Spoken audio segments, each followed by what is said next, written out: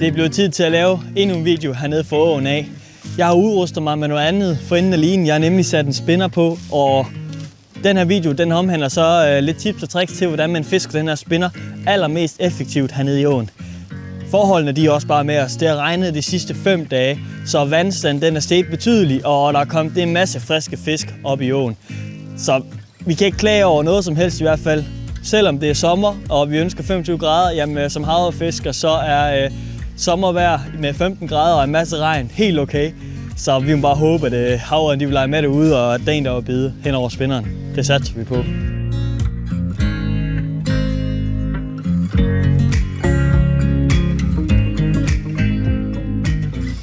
Ligesom fra sidste video nede for åen af, jamen så vil jeg også lige hurtigt gennemgå, hvad det er, jeg sætter for enden af linen. Og det der afsnit, der omhandler jo spinnefiskeriet efter havørreder. Og jeg har derfor legnet nogle spinner op her, som jeg selv benytter hernede og har haft stor succes med.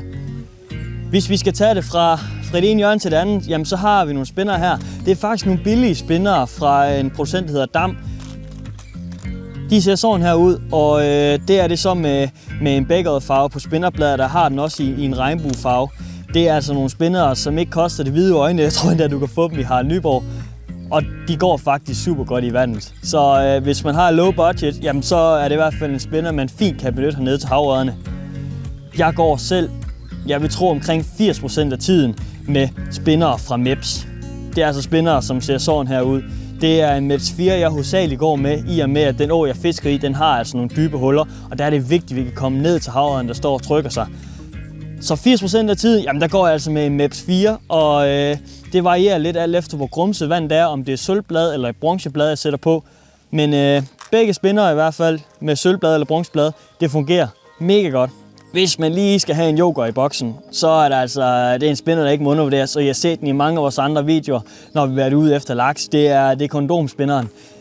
Jeg benytter sig selv en Meps kondomspinner hernede i tåen. Den her den er 15 gram, en lidt mindre variant end de store FC-spinner, som vi benytter efter laksen. Så den her størrelse kondomspinner, den gør det også rigtig, rigtig fint nede i åen. Og det er i hvert fald en spinner, som man skal have i boksen, når vandstanden den er rigtig høj, fordi den kommer i hvert fald om noget ned til bunden, hvor havørreden står.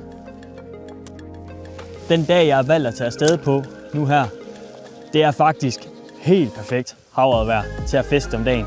Fordi altså, da vi kom ud, så styrtregnede det. Så blev det lige pludselig solskin, så var der overskyet, og sådan er det bare fortsat hele dagen i dag. Og når man bevæger sig ud på det her havørredfiskeri, specielt om dagen, jamen så gør det intet, at vi har de her vejrskifte med lidt regn og lidt sol og lidt overskyet. Det gavner kun fiskeriet.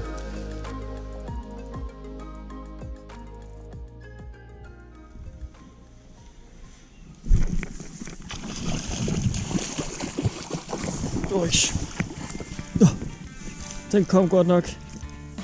Hold da kæft. En lille havørred. Han kom bare lige og samlede spinnerne op lige foran os. Holy shit. Oj.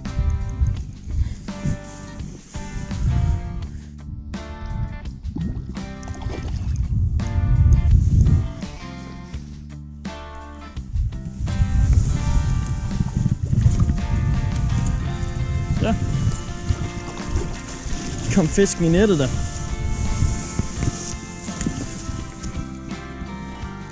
Så. Fin lille havørred, som selvfølgelig skal have friheden igen.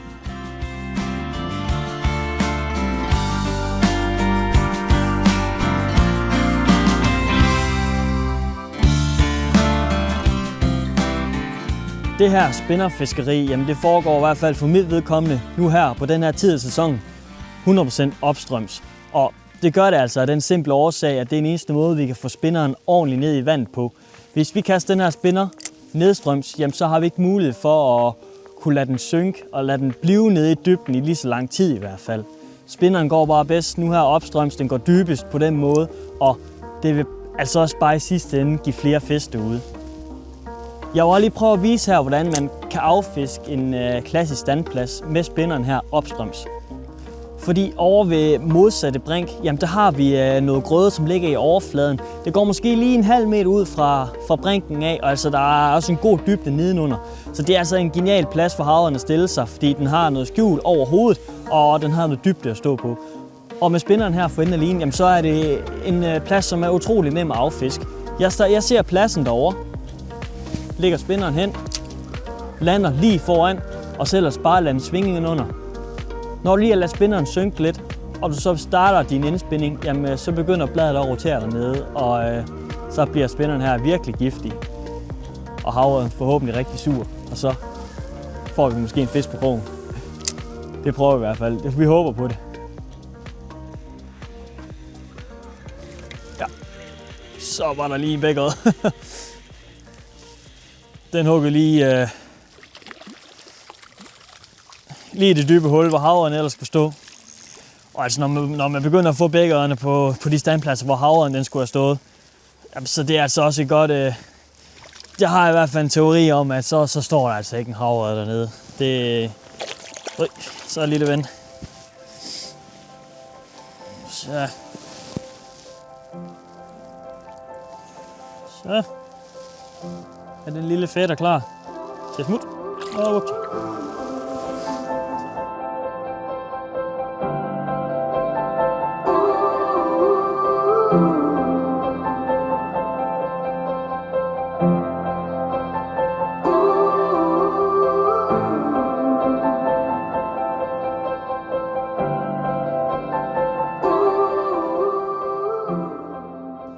Et andet meget vigtigt tip, som jeg gør ved alle mine spinnere, det er simpelthen at skifte krogene på dem. De her MEP-spinnere her, de kommer med nogle, for det første, ultra store kroge, som virkelig er med til at skade, for eksempel hvis du får en lille bækkerede på. Det jeg gør, det er, at jeg klipper krogen af, og så monterer jeg en mindre krog her. Det her, det er en størrelse 8 krog, og så har jeg så 2 springring i, monteret her til spinneren. Samtidig med, at det er mere skånsomt for de mindre fisk, jamen så er de her 2 springring også med til at formindske den her brækstangseffekt, som der kan være ved de her spinnere her. Så det er virkelig kun win-win at lige investere nogle for det første bedre kroge end dem, der følger med. Montere dem med 2 springringe på spinneren her, og så har du bare et setup, der fisker optimalt. Den fisk, jeg fik tidligere her, som snupper spinneren lige inden foran fødderne, den her, altså hvis jeg har haft originalkrogene på, jamen så havde jeg helt sikkert mistet den fisk. Det er et rigtig vigtigt tip, som jeg giver videre til jer. Skift krogene på jeres MEP-spinner eller andre spinner, I nu får, og så sæt den lidt mindre på, og så 2 springringe i. Så fisker det rigtig godt.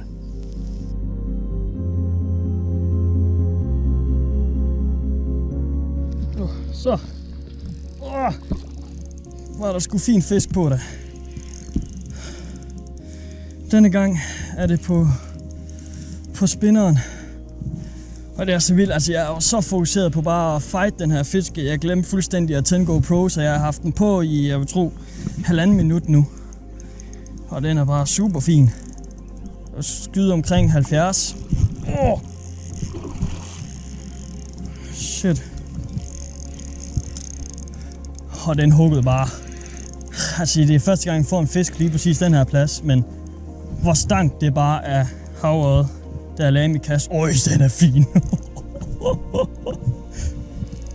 Man skal huske at fight sin fisk indtil det, i hvert fald hvis det er fisk, der skal hjem.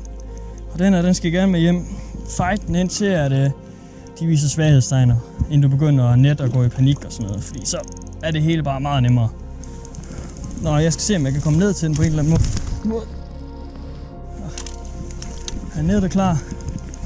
Og jeg er kommet ud i åen. Klar til at få det hele til at gå op i en højere enhed. Ui, der kommer den her. Ui, den er faktisk stor. Holy shit. Hvor er det bare en kanonfisk, og den er bare helt blank.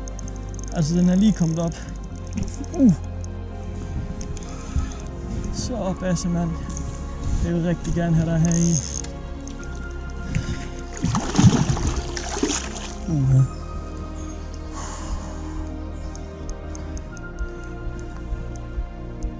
Den kommer her.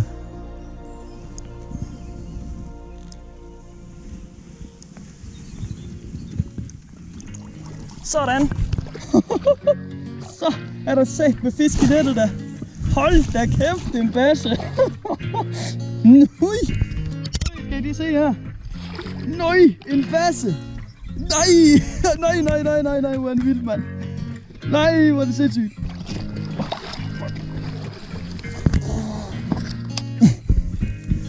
Hvor er det vildt. Ej, hvor er den flot, mand. Hold kæft, den er stor. Hold kæft, den er stor. Så gør det ikke noget, man har mistet sin drømmefisk for. Hold kæft, mand.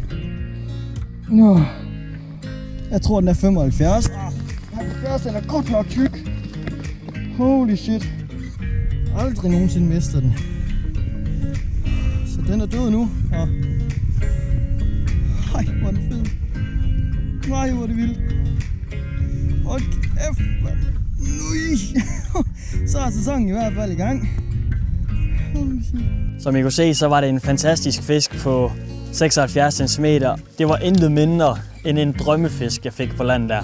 Spinneren den sad så langt nede i munden på fisken, at den blokerede for nogle af gællerne, og derfor var jeg en smule sløv i det.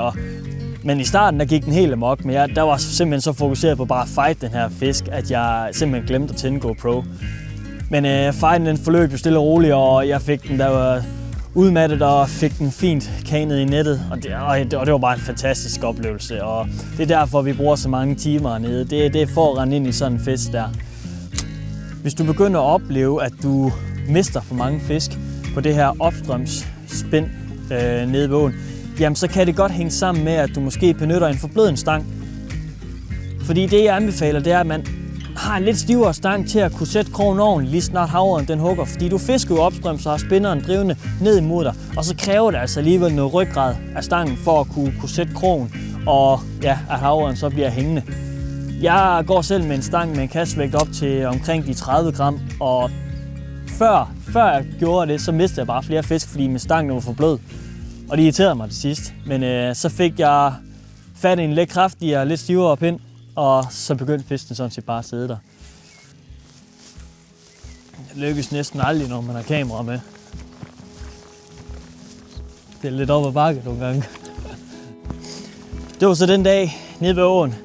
Den er i gang med spinneren for enden af linen, og det er bare en super fin fremgangsmåde, også hvis man er nybegynder til det her fiskeri efter havørred. Fordi som nybegynder, så vil man helst gå om dagen, hvor man kan se lidt, og man ved, hvor træerne står, og man ikke altid får sin spinner til at sidde fast i modsatte brink.